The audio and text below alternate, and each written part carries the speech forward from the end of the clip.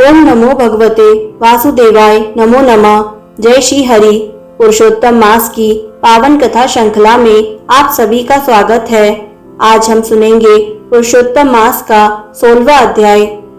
शास्त्रों में कहा गया है कि अधिक मास में श्रद्धा पूर्वक कथा श्रवण करने से मनुष्य को भगवान श्री हरि की विशेष कृपा प्राप्त होती है। तो आइए भक्ति और श्रद्धा के साथ आरंभ करते हैं आज की पावन कथा। इस कथा में हम जानेंगे सुदेव को पुत्र की प्राप्ति एवं देवल मुनि द्वारा गुण दोष वर्णन। श्री नारायण बोले, हे नारद जी, हे महाप्राज्ञ, वाल्मीकि ने दृढ़धनवा से जो अत्यंत अद्भुत चरित्र कहा था वही मैं तुमसे कहता हूँ, सुनो। वाल्मीकि जी बोले, हे राजा दृढ़धनवा, सुनो। भगवान की आज्ञा से गरुण जी इस प्रकार ब्राह्मण से बोले, हे द्विज श्रेष्ठ, तुमसे हरि ने कहा है कि तुम्हारे भाग्य में 7 जन्म तक पुत्र सुख नहीं है, अतः अभी वैसा ही होगा। तो भी हे तपोधन, स्वामी आज्ञा से मैं तुमको पुत्र दे रहा हूँ जो मेरे अंश से उत्पन्न होगा, जिससे गौतमी सहित आप आशीष को प्राप्त होंगे, परंतु उस पुत्र से तुम दोनों को दुख ही उत्पन्न होगा। हे द्विज शार्दूल, तुम धन्य हो जो तुम्हारी बुद्धि हरि में हुई।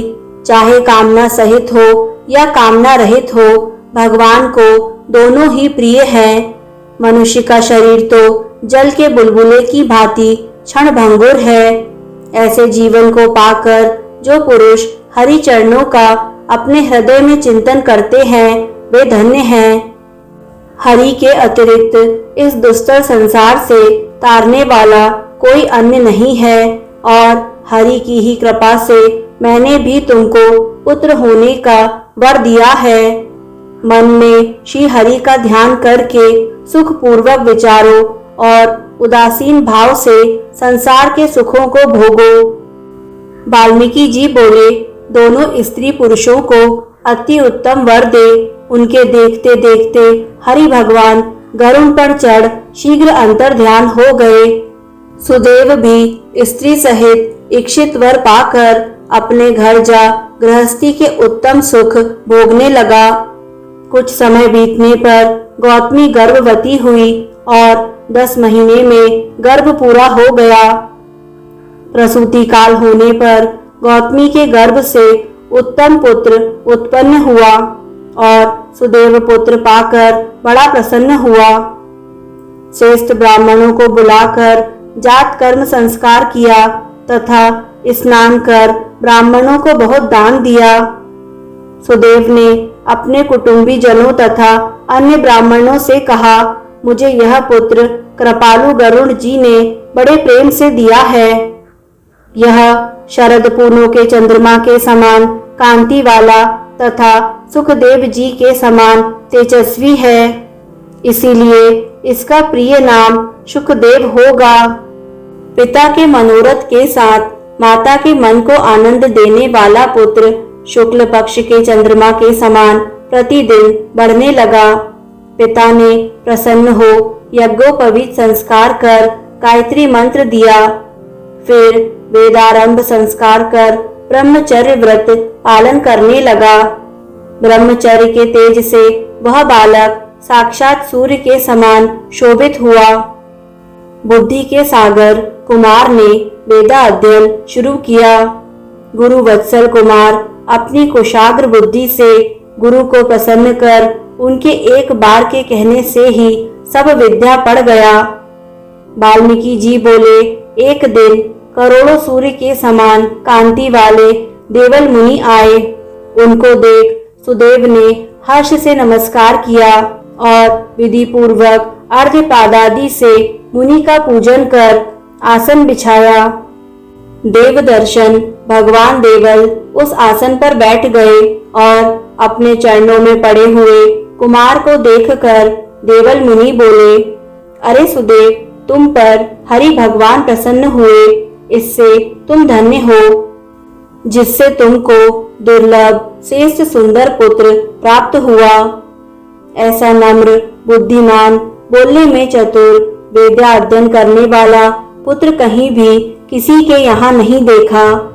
हे वत्स, यहाँ आओ, तुम्हारे हाथ में यह क्या कौतुक देख रहा हूँ। सुंदर छत्र, 2 चवर, यव रेखा के साथ कमल चिन्ह, घुटनों तक हाथी की सूंड के समान दोनों हाथ, कानों तक फैले हुए दोनों विशाल लाल नेत्र, गोल शरीर, पेट पर त्रिवली की रेखा शोभित ऐसे पुत्र को देख मुनि आश्चर्य युक्त हो उस उत्कंठित ब्राह्मण से बोले, हे सुदेव, तेरा यह पुत्र गुणों का सागर है। गले की हंसली मांस में छिपी हुई है, शंख के समान कंठ है, चिकने घुंघराले बाल हैं, चौड़ी छाती है, मोटी गर्दन है, दोनों कान एक से हैं, बैल के समान कंधे हैं। सब सुलक्षणों से संपन्न यह पुत्र सौभाग्यशाली है। फिर लंबी श्वास लेकर सिर हिलाते हुए मुनि बोले, इसमें एक महादोष है जिससे इसके सब लक्षण वृथा हैं, क्योंकि आयुहीन कुमार के लक्षण कहने से क्या लाभ है। हे सुदेव, तुम्हारा यह पुत्र 12वें वर्ष में जल में डूबकर मर जाएगा। तुम इसका मन में सोच ना करना, क्योंकि होने वाला तो अवश्य होगा ही, इसमें संशय नहीं। इसका कोई इलाज नहीं है, जैसे मरने वाले को औषधि देना प्रथा है।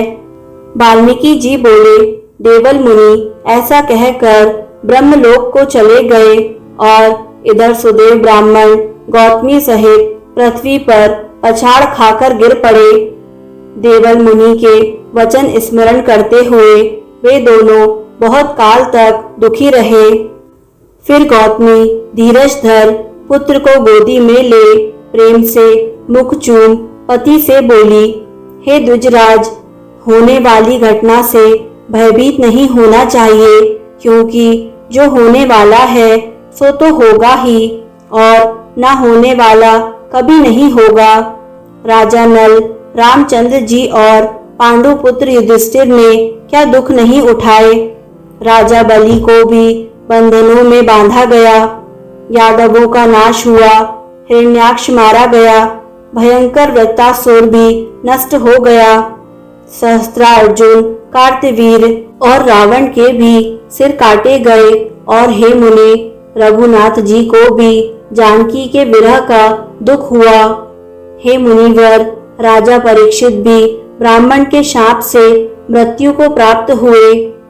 ऐसे ही जो होने वाला है सो तो होगा ही। अतः हे नाथ, उठो, तुम शरणागत होकर जीवों के रक्षक और निर्वाण पद के देने वाले सनातन हरि को भजो। वाल्मीकि जी बोले, इस प्रकार सुदेव ब्राह्मण अपनी स्त्री के वचन सुनकर सतोगुण प्राप्त कर हृदय में हरि के चरण कमलों का ध्यान कर पुत्र से उत्पन्न हुए दुख से छूट गया। इसी के साथ पुरुषोत्तम मास के 16वें अध्याय की कथा यही पूर्ण होती है। यदि आपको यह कथा पसंद आई तो कमेंट में जय श्री हरि अवश्य लिखें। कल पुनः सुनिए पुरुषोत्तम मास का अगला अध्याय। जय श्री हरि। ओम नमो भगवते वासुदेवाय।